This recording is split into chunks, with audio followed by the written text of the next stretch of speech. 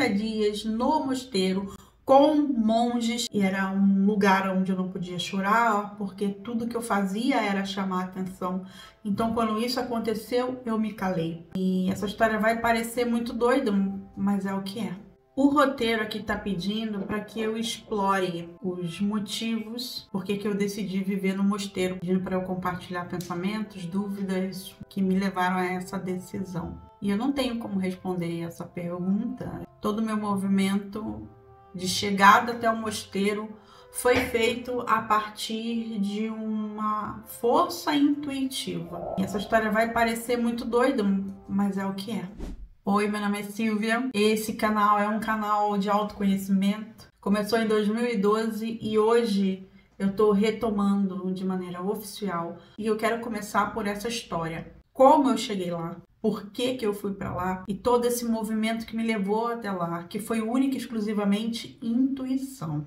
Aqui no canal eu vou deixar aqui para você, tem um link do meu diário de mudança para São Paulo, onde eu conto todo esse movimento, mas acho que o mais importante vem agora. Cheguei em São Paulo dia 3 de março e o mosteiro começou no dia 23. Era um retiro de 30 dias, sem internet, sem celular, sem computador. Nós que nos inscrevemos nesse retiro, chamado IBZL, que é um estudo intensivo de budismo por 30 dias no mosteiro, com monges, só nós e eles. Além do aprendizado de budismo, a vivência era completa, um aprendizado sobre nós mesmas. Quando eu cheguei no mosteiro, eu cheguei filmando, eu cheguei mostrando tudo para minha audiência no Instagram, mostrando os meus dias, mostrando o processo. Tem esse diário de mudança que também está aqui no YouTube. É muito impactante para mim pensar em todo o processo. Eu lembro da chegada, eu nunca tinha estado no templo Zulai, que foi onde eu fiquei, e depois onde eu aceitei o convite para morar. Eu nunca tinha ouvido nada sobre budismo, eu nunca tinha estudado budismo, não sabia como ia ser, mas eu sabia que eu tinha que estar lá. E toda vez, em todas as minhas meditações matinais, eu sentava para meditar e eu via março na minha tela mental, né? Fechava o olho e a palavra março aparecia. Corte o resumo desse diário de mudança é que em setembro, morando aqui na Holanda, eu comecei a me sentir muito mal. Comecei a sentir que eu precisava sair daqui. De setembro, outubro. E aí, perto de novembro, começou a me sufocar a ponto de eu não estar mais conseguindo ficar bem. Novembro, mesmo no início de novembro, eu comecei a tentar conversar. São 12 anos de casamento. Eu precisava comunicar que eu precisava ir embora. Aquele aperto. De certo, eu também tinha os meus motivos pessoais também para aceitar essa separação. De todos esses movimentos, a força de sair era mais a interna de saber que eu tinha que estar em São Paulo em março do que aquilo que estava me incomodando de fato no relacionamento. O que eu dizia para as minhas amigas mais próximas era: até os meus ossos sabiam. É como se uma força dentro de mim começasse a me levar daqui. Era interno, sabe? Eu sentia mesmo que era uma coisa que eu tinha que fazer. Eu tinha que estar em São Paulo em março e era isso que eu sentia. E era só isso que eu sabia. Essa conversa, ele também percebeu que estava ok separar. Ele também estava cansado de algumas coisas. Então, acordamos mesmo que eu não poderia ir em março para financeiramente eu ir de volta para o Brasil, fazer esse movimento que eu desejava. Precisava ser em junho, para que a gente não ficasse com nenhuma dívida, ou não tivesse que gerar nenhuma dívida para eu ir para São Paulo. E eu falei, ok, em junho eu vou, a gente fica aí convivendo, a gente sempre conviveu harmoniosamente, vamos manter essa convivência harmoniosa e em junho eu vou. Eu sei que perto do dia 15 dia 14 e 15 de dezembro, essa força de que eu tinha que estar em São Paulo em março ficou cada vez mais forte. O que não está explícito em nada que eu falei até agora é que em 1994, é só um mini flashback bem rápido, o meu mentor espiritual apareceu para mim pela primeira vez. Eu tinha 14 anos e a minha casa era conturbada demais para eu contar para qualquer pessoa que eu estava vendo o meu mentor espiritual, até porque eu tinha fama de querer aparecer, eu tinha fama de fazer coisas para chamar atenção. E era um lugar onde eu não podia chorar, porque tudo que eu fazia era chamar atenção.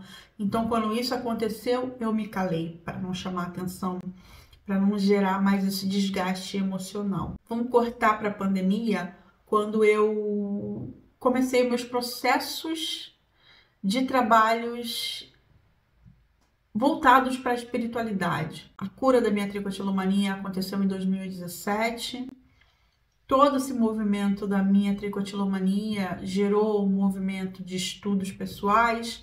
Eu fiz mentorias para mulheres com transtorno de ansiedade e compulsividade. O fato é que conforme eu fechei a porta dos transtornos de ansiedade, que eu entendi o caminho da saúde mental, do equilíbrio emocional, da liberdade emocional, a pandemia me deu uma chave para eu me aprofundar ainda mais sobre mim. E nesse lugar de me aprofundar mais sobre mim, eu comecei a me aprofundar em caminhos da espiritualidade, caminhos sem religião, práticas xamânicas, fui descobrir animal do poder, comprei o meu primeiro cristal que está aqui, olha, um quartzo rosa, bem pequenininho. Então eu comecei a ter contato visual e espiritual com essas minhas vidas passadas e fui me aprofundando ainda mais nesse movimento espiritual. Então a pandemia para mim foi um lugar de limpar o meu passado espiritual, dessa conexão com a minha espiritualidade. Nesse período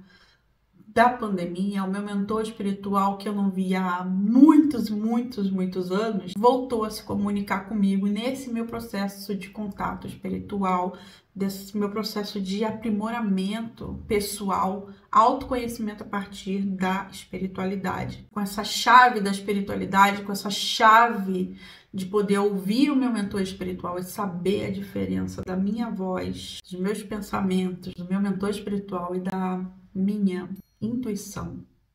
Eu consegui ouvir o meu mentor espiritual nesse momento de me dizer que eu tinha que estar em São Paulo em março e tinha que ser março. Então no dia 16 de dezembro eu comprei a passagem de ida para São Paulo. Aí a gente já pode cortar para janeiro, aonde eu entendi que eu estava indo para São Paulo sem saber o motivo, que não fosse apenas essa força interna de ir.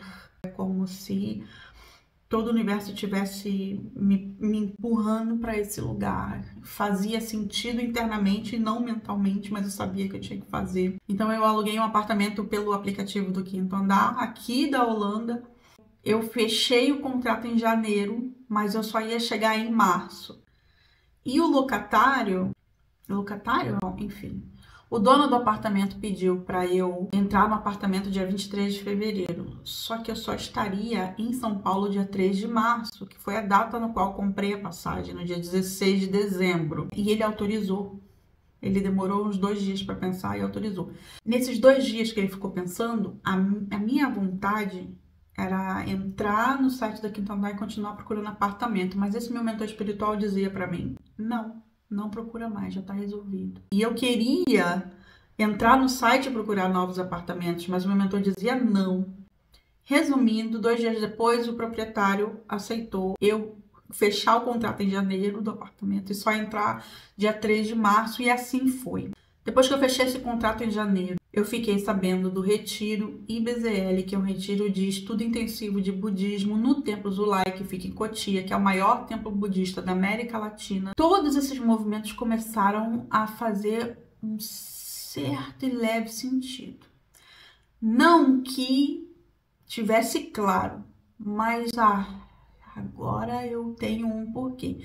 E quem trabalha, quem vive um pouco a espiritualidade, quem começa a viver os processos de autoconhecimento com espiritualidade, vai percebendo que esses pequenos sinais vão movimentando a gente de uma maneira sutil e que vão dando base para essas decisões que para o mundo é doida, mas que para a gente é um alívio de viver, porque é como se você estivesse vivendo no flow de Deus, num flow absurdo onde você não toma nenhuma decisão, você é guiado de uma maneira esplêndida, as coisas vão dando certo de uma maneira que é impossível. Nesse mundo doido, caótico, que a gente chama de mundo normal, de vida normal, mas é só caótico, não nos permite enxergar que exista. Fiz a entrevista, tive que fazer uma série de exames aqui mesmo para levar para lá, porque a gente estava acabado de sair da pandemia. Dia 3 de março eu cheguei em São Paulo. No dia 23 de março eu estava no Templo Zulai. Entrar naquele templo e ver tudo daquele jeito que eu nunca imaginei, né? Aquele tamanho. O Templo Zulai tem mais de 10 mil metros de área construída, num terreno ainda maior, é muito grande. É muito lindo. Eu vou ficar por aqui hoje. Volto no próximo vídeo para contar essa minha entrada. E quando eu cheguei no Templo Zulai, eu encontrei uma menina chamada Angélica. A gente se perdeu no Templo Zulai. Acabamos achando o caminho juntas. E no final ela estava no mesmo quarto que eu. As coisas mágicas continuaram acontecendo assim quando eu cheguei no Templo Zulai. Mas eu conto para você no próximo vídeo. Se você gostou desse vídeo, desse retorno, deixa o like. Compartilha com quem você acha que merece ouvir essa história. E eu volto no próximo vídeo para terminar essa história. Inclusive, eu já vou gravar agora. Um beijo. Até o próximo vídeo. Tchau, tchau. Vamos pro Templo Zulai.